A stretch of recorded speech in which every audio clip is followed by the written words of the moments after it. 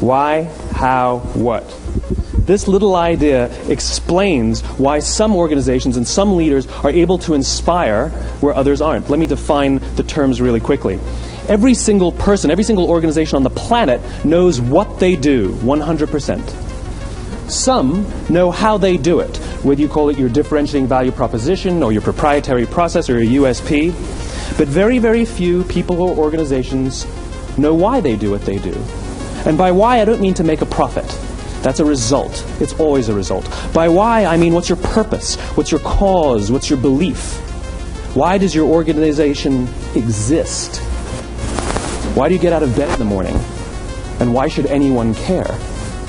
Well, as a result, the way we think, the way we act, the way we communicate is from the outside in. It's obvious. We go from the clearest thing to the fuzziest thing.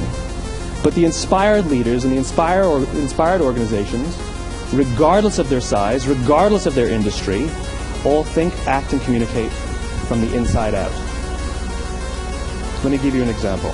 I use Apple because they're easy to understand and everybody gets it. If Apple were like everyone else, a marketing message from them might sound like this. We make great computers. They're beautifully designed, simple to use, and user-friendly. Want to buy one? Meh.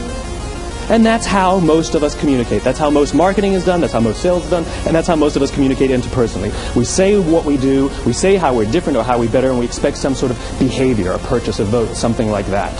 Here's our new law firm. We have the best lawyers with the biggest clients. We have, we always perform for our clients, do business with us. Here's our new car. It gets great gas mileage. It has, leather seats. Buy our car. But it's uninspiring. Here's how Apple actually communicates. Everything we do, we believe in challenging the status quo. We believe in thinking differently. The way we challenge the status quo is by making our products beautifully designed, simple to use, and user-friendly. We just happen to make great computers. Want to buy one? Totally different, right? You're ready to buy a computer from me. All I did was reverse the order of the information. What it proves to us is that people don't buy what you do, people buy why you do it. People don't buy what you do, they buy why you do it. This explains why every single person in this room is perfectly comfortable buying a computer from Apple. But we're also perfectly comfortable buying an MP3 player from Apple, or a phone from Apple, or a DVR from Apple. But as I said before, Apple's just a computer company. There's nothing that distinguishes them structurally from any of their competitors. Their competitors are all equally qualified to make all of these products. In fact, they tried. A few years ago, Gateway came out with flat-screen TVs. They're eminently qualified to make flat-screen TVs. They've been making flat-screen monitors for years. Nobody bought one. People don't buy what you do, they buy why you do it. The goal is not to do business with everybody who needs what you have. The goal is to do business with people who believe what you believe. Here's the best part. None of what I'm telling you is my opinion. It's all grounded in the tenets of biology, not psychology, biology. If you look at a cross-section of the human brain, looking from the top down, what you see is the human brain is actually broken into three major components that correlate perfectly with the golden circle. Our newest brain, our Homo sapien brain, our neocortex, corresponds with the what level. The neocortex is responsible for all of our rational and analytical thought and language.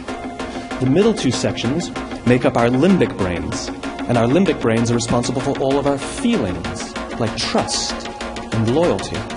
It's also responsible for all human behavior, all decision-making, and it has no capacity for language. In other words, when we communicate from the outside in, yes, people can understand vast amounts of complicated information like features and benefits and facts and figures. It just doesn't drive behavior. When we communicate from the inside out, we're talking directly to the part of the brain that controls behavior, and then we allow people to rationalize it with the tangible things we say and do. This is where gut decisions come from. Sometimes you can give somebody all the facts and your figures and they say, I know what all the facts and details say, but it just doesn't feel right. Why would we use that verb? It doesn't feel right. Because the part of the brain that controls decision-making doesn't control language. And the best we can muster up is, I don't know, it just doesn't feel right. Or sometimes you say you're leading with your heart or you're leading with your soul. Well, I hate to break it to you, those aren't other body parts controlling your behavior. It's all happening here in your limbic brain, the part of the brain that controls decision-making and not language. But if you don't know why you do what you do, and people respond to why you do what you do, then how will you ever get people to vote for you or buy something from you, or more importantly, be loyal and want to be a part of what it is that you do? Again, the goal is not just to sell people who need what you have. The goal is to sell to people who believe what you believe. The goal is not just to hire people who need a job. It's to hire people who believe what you believe. I always say that, there's if you hire people just because they can do a job, they'll work for your money. But if you hire people who believe what you believe, they work for you with blood and sweat and tears. And nowhere else is there a better example of this than with the Wright brothers. Most people don't know about Samuel Pierpont Langley. And back in the early 20th century, the pursuit of powered man flight was like the .com of the day. Everybody was trying it. And Samuel Pierpont Langley had what we assume to be the recipe for success. I mean, even now, you ask people, why did your product or why did your company fail? And people always give you the same permutation of the same three things. Undercapitalized, the wrong people, bad market conditions. It's always the same three things. So let's explore that. Samuel Pierpont Langley was given $50,000 by the War Department to figure out this flying machine. Money was no problem. He held a seat at Harvard and worked at the Smithsonian and was extremely well connected. He knew all the big minds of the day. He hired the best minds money could find, and the market conditions were fantastic. The New York Times followed him around everywhere, and everyone was rooting for Langley. And how come we've never heard of Samuel Pierpont Langley? A few hundred miles away in Dayton, Ohio, Orville and Wilbur Wright. They had none of what we consider to be the recipe for success. They had no money. They paid for their dream with the proceeds from their bicycle shop. Not a single person on the Wright brothers' team had a college education, not even Orville or Wilbur. And the New York Times followed them around nowhere. The difference was Orville and Wilbur were driven by a cause, by a purpose, by a belief. They believed that if they could figure out this flying machine, it'll change the course of the world. Samuel Pierpont Langley was different. He wanted to be rich, and he wanted to be famous. He was in pursuit of the result. He was in pursuit of the riches. And lo and behold, look what happened. The people who believed in the Wright brothers' dream worked with them with blood and sweat and tears. The others just worked for the paycheck. And they tell stories of how every time the Wright brothers went out, they would have to take 5 sets of parts because that's how many times they would crash before they came in for supper. And eventually, on December 17th, 1903, the Wright brothers took flight. And no one was there to even experience it. We found out about it a few days later. And further proof that Langley was motivated by the wrong thing, the day the Wright brothers took flight, he quit. He could have said, "That's an amazing discovery, guys. Now we'll improve upon your technology." But he didn't. He wasn't first. He didn't get rich. He didn't get famous. So he quit. People don't buy what you do, they buy why you do it. And if you talk about what you believe, you will attract those who believe what you believe. Well, why is it important to attract those who believe what you believe? Something called the law of diffusion of innovation. And if you don't know the law, you definitely know the terminology. The first 2.5% of our population are our innovators. The next 13.5% of our population are our early adopters. The next 34% are your early majority, your late majority, and your laggards. We all sit at various places at various times on the scale, but what the law of diffusion of innovation tells us is that if you want mass market success or mass market acceptance of an idea, you cannot have it until you achieve this tipping point between 15 and 18% market penetration, and then the system tips. And I love asking businesses, what's your conversion on new business? And they love to tell you, oh, it's about 10%, proudly. Well, you can trip over 10% of the customers. We all have about 10% who just get it. That's how we describe them, right? That's like that gut feeling, oh, they just get it. The problem is, how do you find the ones that just get it before you're doing business with them versus the ones who don't get it? So it's this here, this little gap, that you have to close, as Geoffrey Moore calls it, crossing the chasm. Because you see, the early majority will not try something until someone else has tried it first. And these guys, the innovators and the early adopters, they're comfortable making those gut decisions. They're more comfortable making those intuitive decisions that are driven by what they believe about the world. and not just what product is available. These are the people who stood online for 6 hours to buy an iPhone when they first came out, when you could have just walked into the store the next week and bought one off the shelf. These are the people who spent $40,000 on flat-screen TVs when they first came out, even though the technology was substandard. And by the way, they didn't do it because the technology was so great. They did it for themselves. It's because they wanted to be first. People don't buy what you do, they buy why you do it. And what you do simply proves what you believe. In fact, people will do the things that prove what they believe. The reason that person bought the iPhone in the first 6 hours, or stood in line for 6 hours, was because of what they believed about the world and how they wanted everybody to see them. They were first. People don't buy what you do, they buy why you do it. So let me give you a famous example, a famous failure and a famous success of the law of diffusion of innovation. First, the famous failure. It's a commercial example.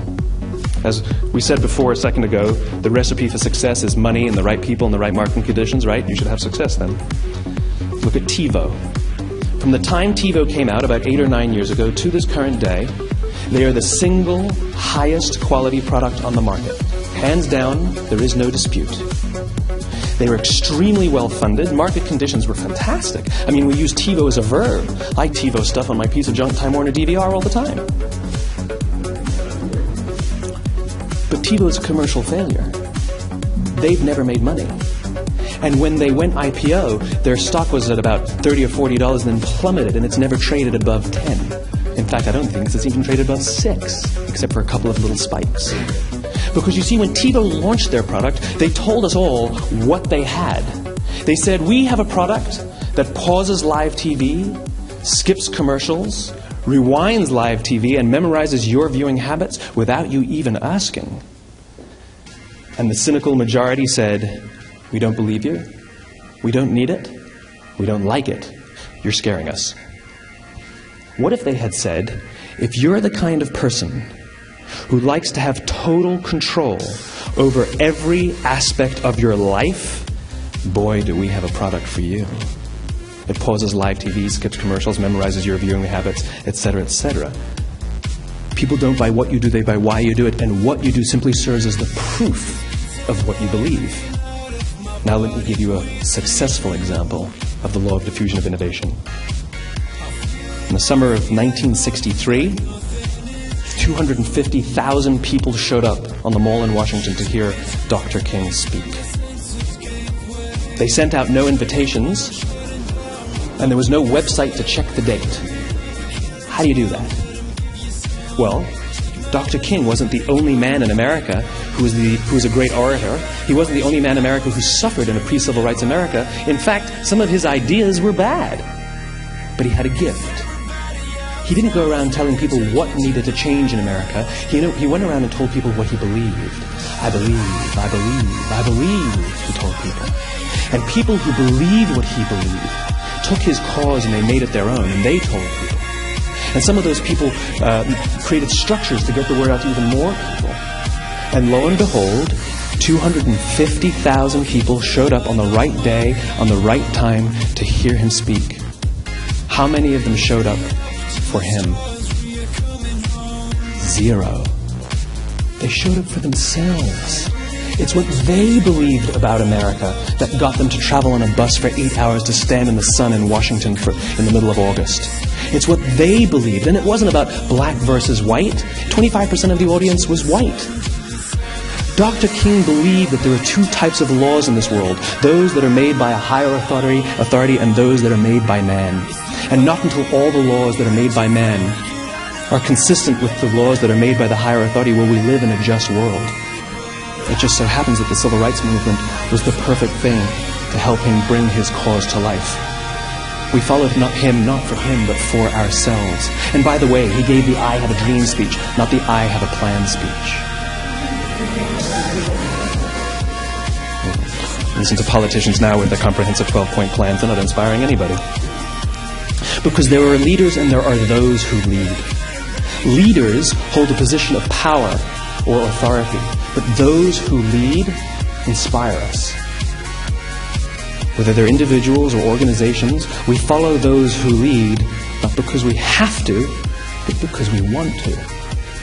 We follow those who lead, not for them, but for ourselves. And it's those who start with why that have the ability to inspire those around them or find others who inspire them. Thank you very much.